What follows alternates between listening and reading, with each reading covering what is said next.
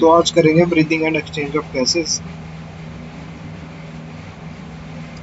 So you have already read oxygen is utilized by organism indirectly break down simple molecule like glucose amino acid fatty acid to deliver energy to perform various function। ठीक है, तो हमें पता है कि जो oxygen है वो यूटिलाइज होती है ऑर्गेनिज्म के द्वारा इनडायरेक्टली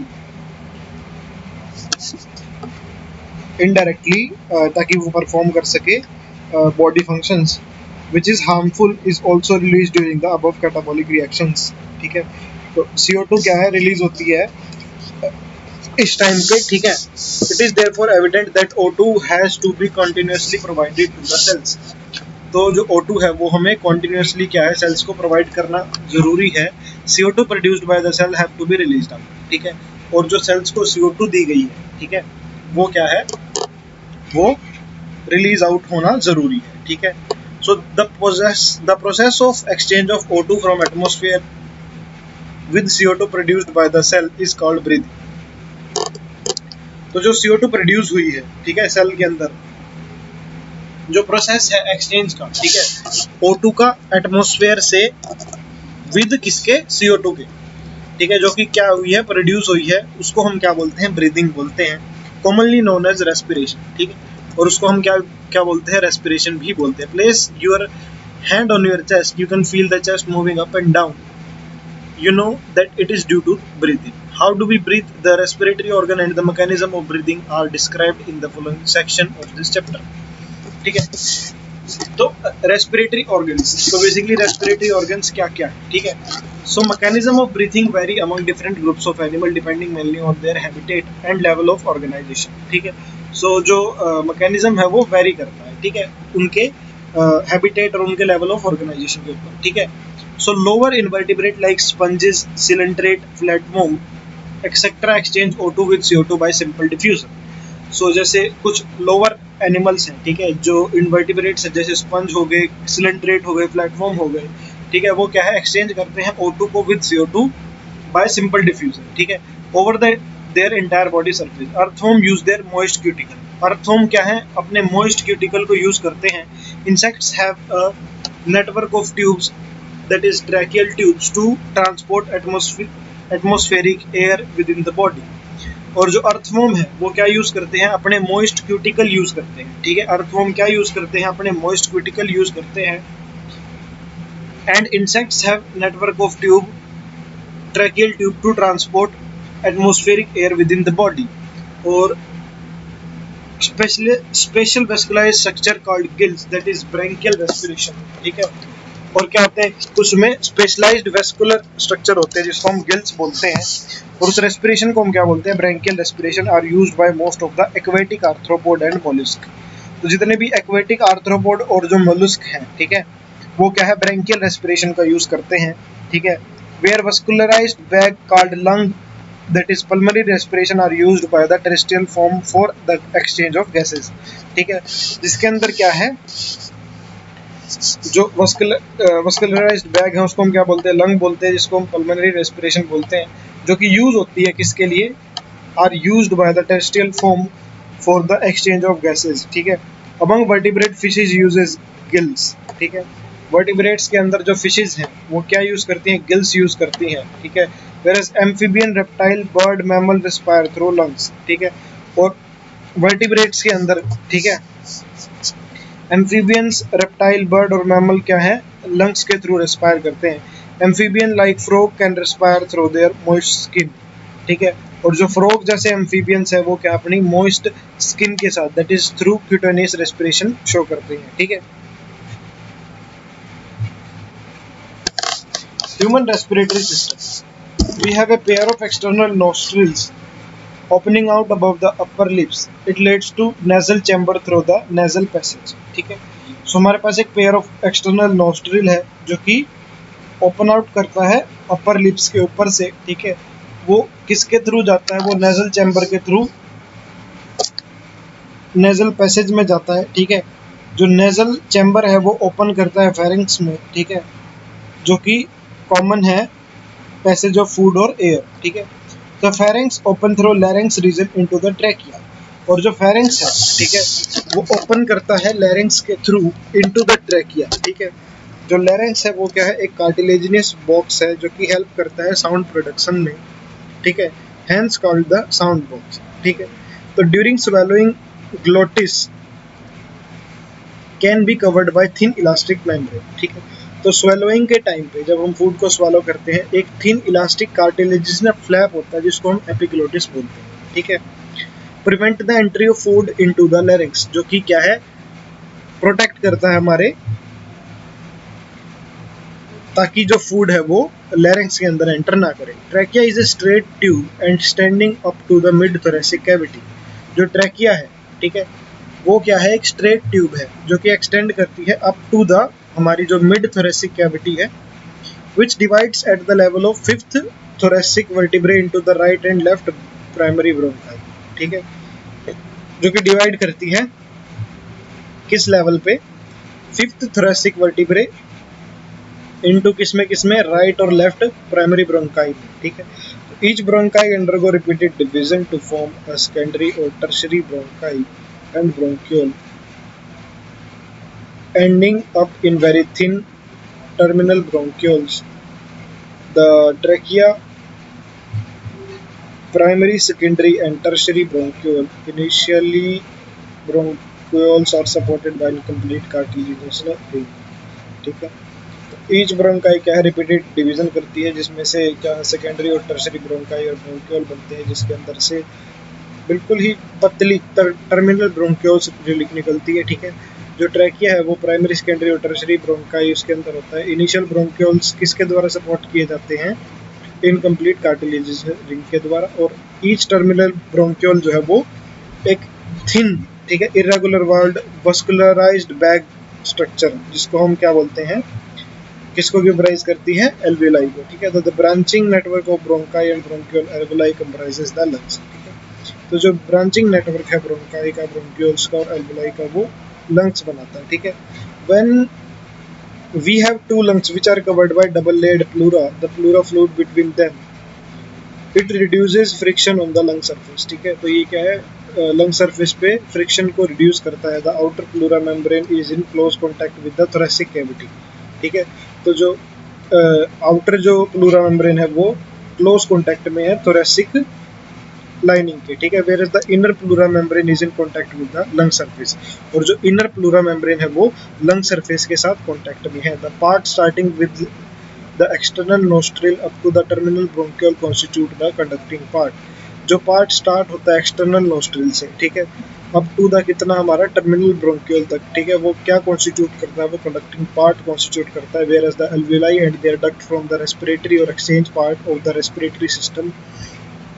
और जो जहाँ पे जो एल्वियोलाई और जो डक्ट है रेस्पिरेटरी और एक्सचेंज पार्ट की, ठीक है, रेस्पिरेटरी सिस्टम की, the conducting part transport the atmospheric air into the alveoli, clear it from foreign particle. और जो कंडक्टिंग पार्ट है वो क्या करता है, ट्रांसपोर्ट करता है एटमॉस्फेरिक एयर को टू द एल्वियोलाई और क्लियर करता है उसको फॉरेन पार्टिकल से, ह्यूमिडिफाई करता है और also bring air to the body temperature, और उसका टेम्परेचर क्या है, बॉडी टेम्परेचर के जितना कर देता है, ठीक है। तो इनर प्लूरा मेम्ब्रेन क्या होती है, क्लोज कॉन्टैक्ट में होती है लंग सरफेस के, जो part starting with external nostril up to the terminal bronchiole, ठीक है। तो कितना कितना एक्सटर्नल नोस्ट्रिल से लेके टर्मिनल ब्रोंक्यूल तक, ठीक है, वो हमारा कंडक्टिंग पार्ट होता है, ठीक है। और जो एल्वियोलाई और जो उसकी डक्ट है, जो क्या फॉर्म करती है, रेस्पिरेटरी और एक्सचेंज पार्ट रेस्पिरेटरी सिस्टम का जो बनाती है, वो हमारा क्या है, रेस्पिरेटरी पार्ट है, कंडक्टिंग, ठीक है, रेस्पिरेटरी सिस्टम है। तो कंडक्टिंग पार्ट क्या करता है, ट्रांसपोर्ट करता है एयर को, ठीक है, क्लियर करता है, ठीक है। और उसमें एक्चुअल डिफ्यूजन जो एक्सचेंज पार्ट है, ठीक है, और ह्यूमिडिफाई करता है, ठीक है। जो एक्सचेंज पार्ट है वो क्या है, एक्चुअल साइट है किसका, O2 और CO2 डिफ्यूजन का, ठीक है, between blood and atmospheric air, ठीक है। तो जो एक्सचेंज पार्ट है वो क्या है, साइट है एक्चुअल डिफ्यूजन का, O2 और CO2 between blood and atmospheric air. The lung are situated in the thoracic chamber which is anatomically an airtight chamber. जो लंग है वो कहाँ सिचुएटेड है, एक थोरेसिक चैम्बर के अंदर सिचुएटेड है, ठीक है। जो लंग्स है वो कहाँ सिचुएटेड है, एक थोरेसिक चैम्बर के अंदर सिचुएटेड है, जो कि एनाटॉमिकली एक एयर टाइट चैम्बर है। The thoracic chamber is formed dorsally by the vertebral column, ventrally by the sternum, laterally by the ribs on the lower side of the dome-shaped diaphragm. तो जो lungs है वो situated है thoracic chamber में, जो कि एक एनाटॉमिकली एयरटाइट चैम्बर है। जो थोरेसिक चैम्बर है वो डोर्सली किसके द्वारा बनाया गया है, वर्टिब्रल कॉलम के द्वारा। वेंट्रली किसके द्वारा बनाया गया है, स्टर्नम के द्वारा। लेटरली किसके द्वारा बनाया गया है, रिब्स के द्वारा। On the lower side by the dome shaped diaphragm, ठीक है। The anatomical setup of the lung in the thorax is such that any change in the volume of the thorax cavity will be reflected in the lung that is in the pulmonary cavity.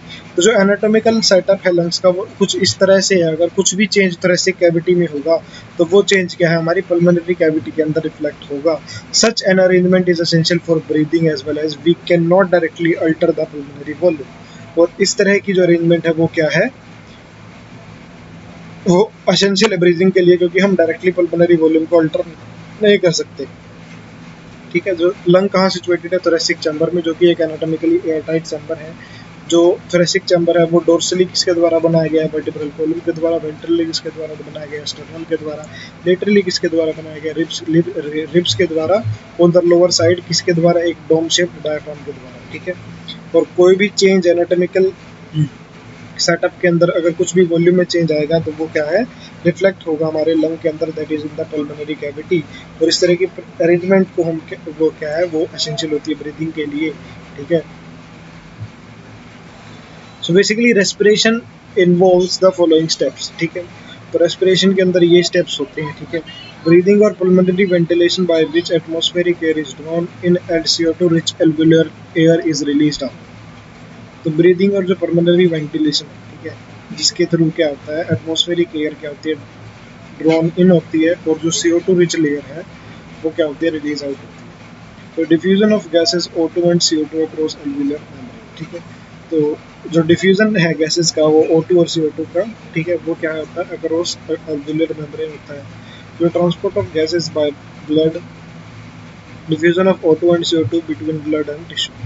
और जो diffusion O2 और CO2 का वो किसके between होता है, blood और tissue के। Utilisation of O2 by the cells for catabolic reaction and resultant release of CO2, cellular respiration as dealt in chapter 14। और जो यूटिलाइजेशन O2 का सेल्स के द्वारा कैटाबॉलिक रिएक्शंस में, और जो रिजल्टेंट रिलीज है CO2 का, और जो डिफ्यूजन O2 और CO2 का बिटवीन ब्लड एंड टिश्यू, और जो ट्रांसपोर्ट ऑफ गैसेज है by blood, diffusion of gases O2 and CO2 across alveolar membrane, और ब्रीदिंग और pulmonary ventilation by which atmospheric air is drawn in, और CO2 rich जो layer है वो क्या होती है, रिलीज आउट होती है। उसके बाद आता है मैकेनिज्म ऑफ ब्रीदिंग। उसके बाद आता है मैकेनिज्म ऑफ ब्रीदिंग, ठीक है। So breathing involves two stages, ठीक है। Inspiration during which atmospheric air is drawn in, and expiration by which alveolar air is released out, ठीक है। सो इंस्पिरेशन में क्या होता है, एटमॉस्फेरिक एयर अंदर आती है, और एक्सपिरेशन के थ्रू क्या होता है, एल्वुलर एयर क्या होती है, आउट जाती है। The movement of air into and out of the lung is carried out by the creative के प्रेशर ग्रेडियंट, ठीक है। तो जो मूवमेंट है एयर का इनटू और आउट, ठीक है, वो क्या है, एक प्रेशर ग्रेडियंट क्रिएट करती है between lungs and the atmosphere. Inspiration can occur if the pressure with in the lungs, that is the intrapulmonary pressure, is less than the atmospheric pressure. और जो इंस्पिरेशन है वो हो सकती है अगर प्रेशर क्या है, विद इन द लंग्स है, इंट्रापल्मोनरी प्रेशर है, ठीक है, और वो क्या है, less than the atmospheric pressure है, ठीक है। So that is there is a negative pressure in the lungs with respect to the atmospheric pressure, ठीक है। तो एक नेगेटिव प्रेशर होता है जो कि लंग्स के अंदर होता है with respect to atmospheric pressure. Similarly expiration takes place when the intrapulmonary pressure is higher than the atmospheric pressure. और एक्सपिरेशन कब होता है, जब जो इंट्रापल्मोनरी प्रेशर है वो क्या है, ज़्यादा है एटमॉस्फेरिक प्रेशर से। The diaphragm and a specialised set of muscle external and internal intercostal between the ribs, ठीक है। तो जो डायफ्राम और स्पेशल सेट ऑफ मसल है, ठीक है, एक्सटर्नल और इंटरनल इंटरकोस्टल मसल बिटवीन इसके रिब्स के, वो क्या करती है, हेल्प करती है जनरेशन ऑफ सच ग्रेडियंट्स, ठीक है। तो ये क्या है, इस तरह के जो ग्रेडियंट्स है उसको डेवलप करने में हेल्प करती है, ठीक है। So inspiration is initiated by contraction of diaphragm which increases, ठीक है। तो जो इंस्पिरेशन है वो क्या होती है, इनिशिएट करी जाती है किसके द्वारा, कॉन्ट्रैक्शन ऑफ डायफ्राम, जो कि इंक्रीज करती है वॉल्यूम ऑफ थोरेसिक चैम्बर, ठीक है।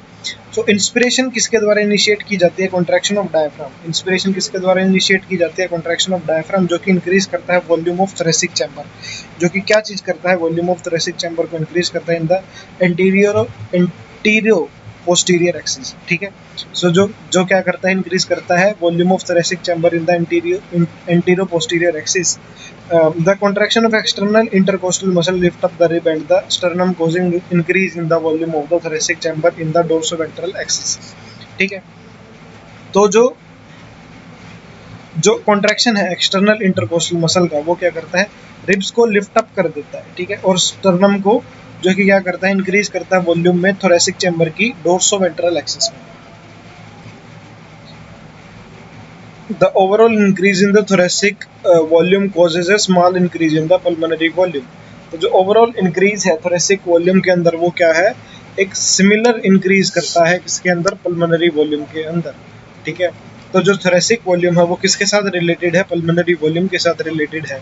So an increase in the pulmonary volume decrease the intra pulmonary pressure.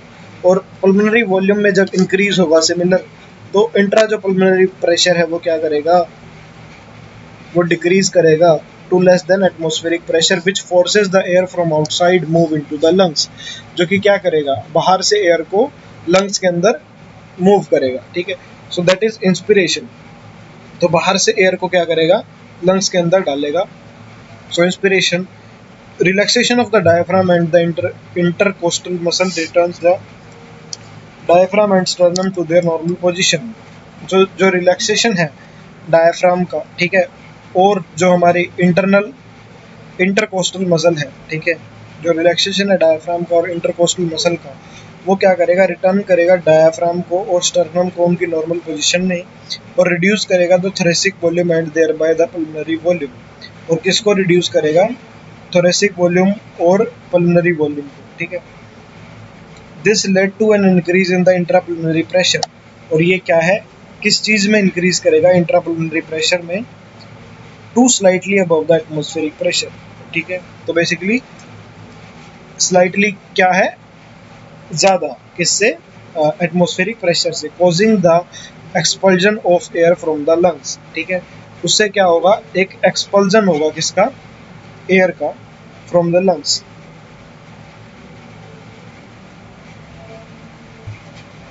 So basically क्या होगा, इंस्पिरेशन, ठीक है। सो रिलैक्सेशन जो है डायफ्राम और इंटरनल इंटरकोस्टल मसल की, ठीक है,